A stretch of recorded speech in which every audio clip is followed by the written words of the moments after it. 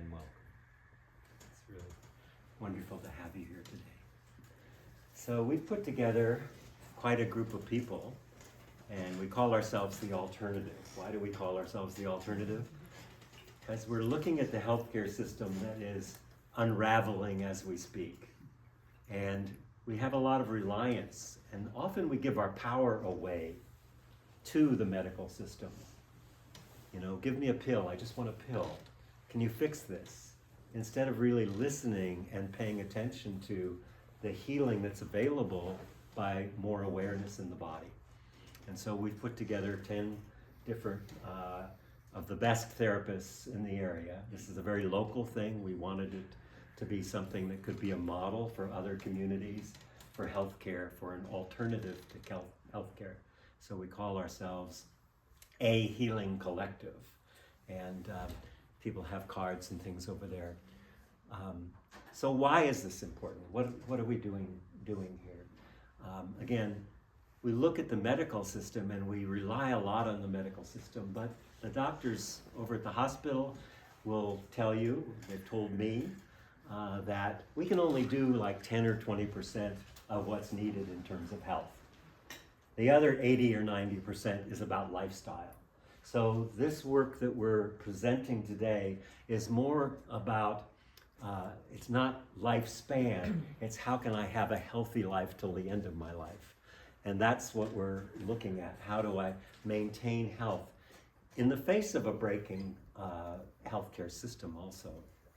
And so we gathered together and we came up with this model so that it's kind of a one-stop shop for whatever you need in terms of healing. And one of the things I'm going to talk about today, and everybody will talk about their own part, but the work that I do is primarily around trauma. And just to say that everybody here has trauma that they're carrying. And most of us are not aware. We've normalized trauma in our culture. And so we have personal trauma, we have relational trauma, we have familial trauma, we have historical trauma, we have geographic trauma, immigration trauma. All of these things live in us and in our body. And it's not just our body, but our body is also connected to the culture. So much of, like right now, there's a lot of fear in the world, a lot of anxiety over what's going to happen in the current situation that we have in Washington. And so when we look at this, 60 to 90% of all illness is stress related. But what is stress? We use words often that we haven't actually looked at what we mean when we say stress. So I'm going to give you a different definition for stress. Stress, because it just doesn't say anything. So stress is saying that my current capacity is insufficient to meet the challenges in my life. My current capacity is insufficient to meet the challenges of my life. So this is an issue of capacity.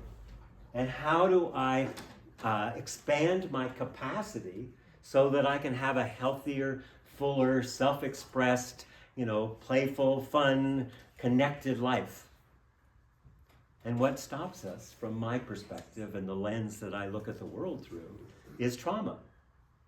Because trauma, the first response to trauma is a sense of separation. It keeps us separate.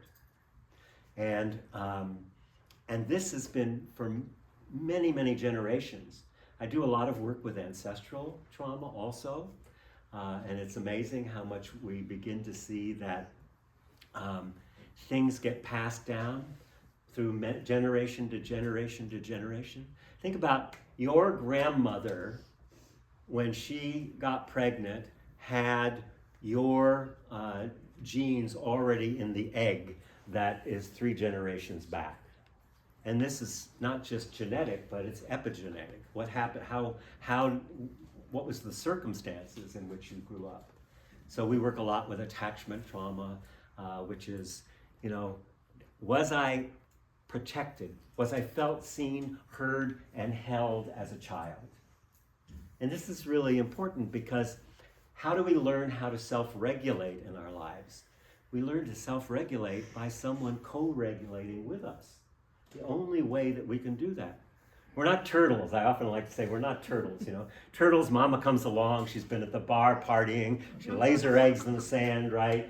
Next morning, she goes back to the bar. The next morning, all these little turtles. Have you ever seen the turtles? You pick them up and you have to run and put them in the ocean because like 1 in 10,000 make it.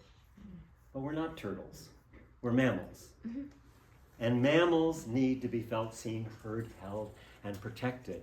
And if there's a break in that, even a very minor break in that, and it's very easy to have those breaks. Let's say that a child learns by fear and connection in the early stages. So a toddler will be crawling away and say, want to touch the dog, and then the dog barks and the child comes running back, mommy, mommy, mommy, I'm scared, the dog is going to eat me. And mommy says, honey, don't worry, I'm busy now. There's nothing to worry about. That's your dog. He's fine, Okay, what just happened there? Mommy gave a cognitive response to an emotional situation. We got a problem then, because that didn't land. That wasn't a response. So the child was not felt, seen, and heard. Let's say the child does the same thing with daddy, and then this is not a sex thing, so I switch it around all the time, but goes to get the dog barks, the child comes back, he's scared, he says, Daddy, Daddy, Daddy, I'm scared, the dog is going to eat me. And Daddy says, oh, sweetheart, come here, sit in my lap. You know what? I get scared sometimes too, and it's okay to be scared. And what does the baby do? Oh, great, I'll go play with the dog, right? Because it's safe.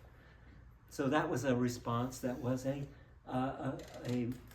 emotional response to an emotional question.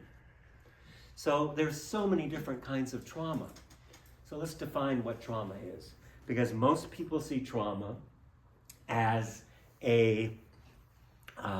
something that's bad, something I need to get rid of, something I need to fix, something I need to hide, right?